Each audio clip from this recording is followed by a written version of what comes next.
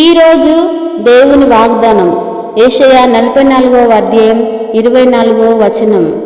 గర్భము నుండి నిన్ను నిర్మించిన నీ విమోచకుడగు యెహోవా ఇలాగు సెలవిచ్చుచున్నాడు.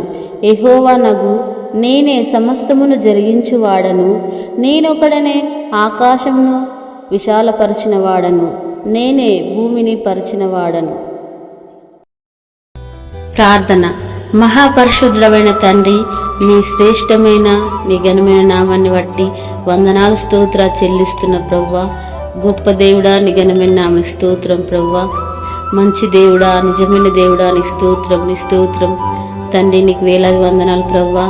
ఈ రోజున తండ్రి అయ్యా, ఈ వాగ్దానం ద్వారా నాతో మాతో మీరు మాట్లాడినందులకే నీ స్తోత్రం ప్రవ్వా.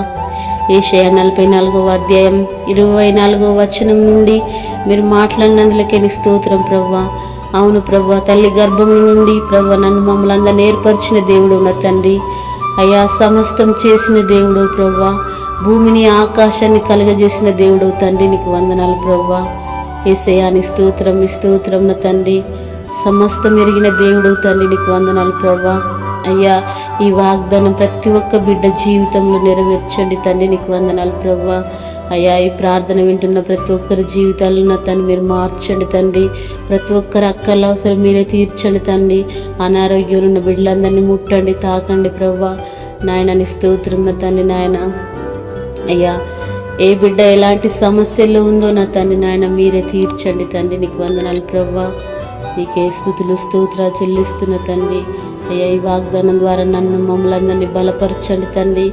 నీ మాట ద్వారా నా తండ్రి, నీ మాట ప్రకారం ఈ లోకంలో నడుచుకునే కృపను దయచేయి తండ్రి. నీ స్తోత్రం ప్రవ్వా. అయ్యా, నిజంగా నువ్వు గొప్ప దేవుడు నా తండ్రి. ఆకాశం సింహాసనం, భూమిని పాదపీఠం అన్ని లేఖనాలు సెలవిస్తున్నాయి ప్రవ్వా.